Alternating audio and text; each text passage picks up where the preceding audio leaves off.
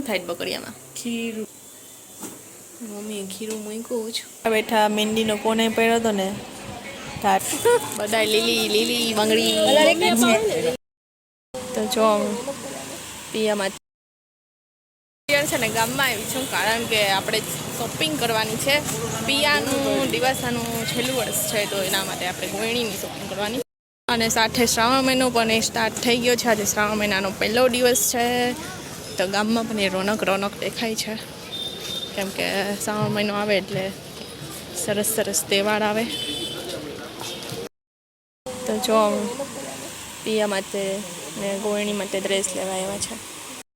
પિયર જો આ ડ્રેસ લઈને હોઈ ગઈ. બિલ જ અહીં બનાવે જોતી નથી કે બિલ લેવાનું છે કે નહીં. હોઈ ગઈ સીધી ડ્રેસને લેવાઈ ગયા છે. હવે છે ને બંગડી લેવાની તો આપણે કાચની બંગડી લેવી છે. તો બંગડી અને ભાઈ ઉભા છે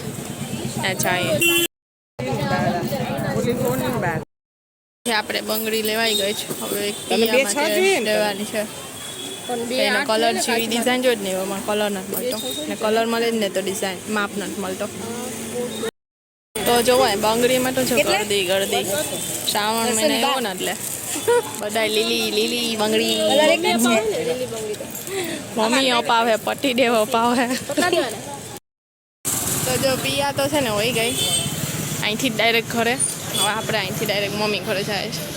તો પિયા છે ને ત્યાંથી જ વહી ગઈ ઘરે કેમ કે એને પછી કાલની તૈયારી કરવાની હતી. તો કે હું વહી જાઉં તો કાલે સવાર પછી વહેલું ઉઠીને બધી તૈયારી કરવાની કેમ કે એની દિવાસાન છે ને 7 વર્ષની ને ત્યાં આ વખતે 7મું વર્ષ હતું. હવે એ પૂરું થઈ ગયું તો એનું ઉજવવાનું હોય એટલે કાલે આપણે ગોયણી છે એટલે કાલે જવાનું છે જમવા માટે ત્યાં. તો એના માટે બધું લેવાનું હોય ને એ બધું લેવા ગયા હતા. ડ્રેસ ને થોડી ઘણી કટલેરી માતાજી માટે કટલેરી ને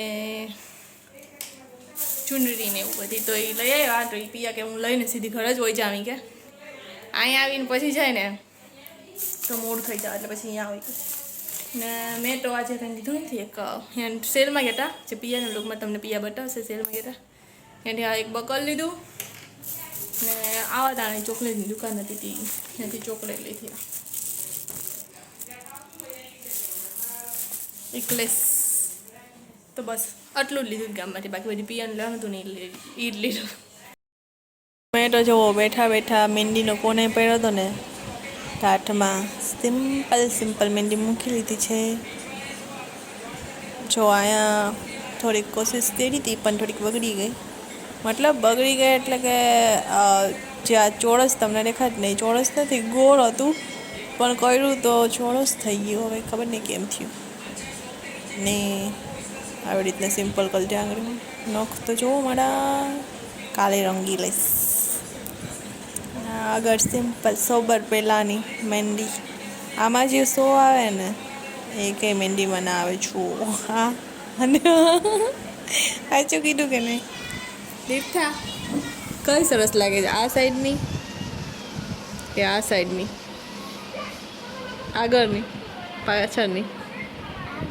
આગળની તીર્થા નહીં આગળની ગઈ નહીં. તીર્થા છે ને ફોન લઈને બેસી ગયા એટલે શાંતિથી બેઠી જ. બાકી તો કટલી દારૂ પડી ગઈ હોત ને તીર્થા? હે હા તીર્થા ફોન ના હોય તો કેટલી દારૂ પડે?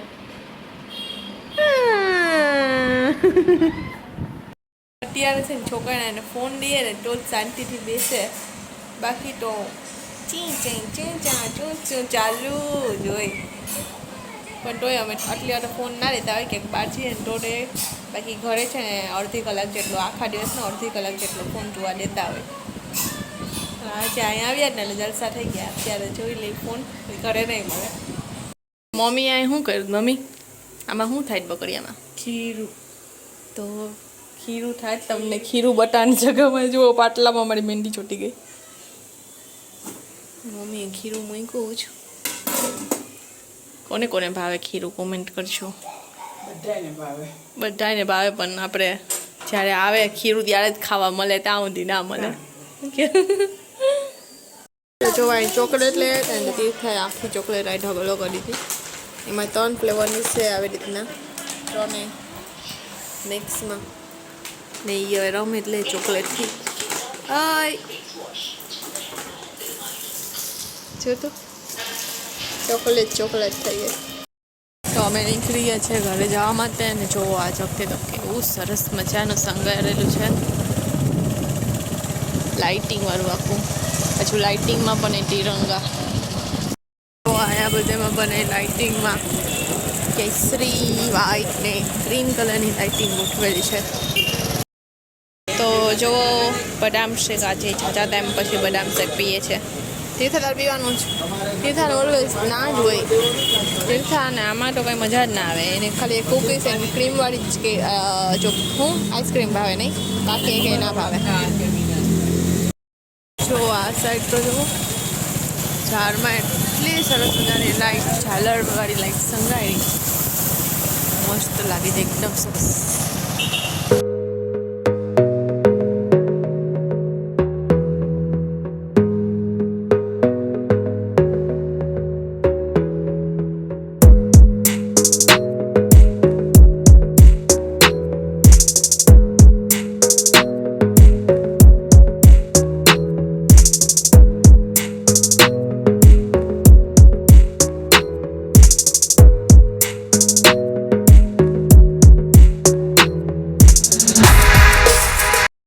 પબ્લિક જોવા માટે ઊભા છે કે કેટલી સરસ લાઈટ સંગાળી છે.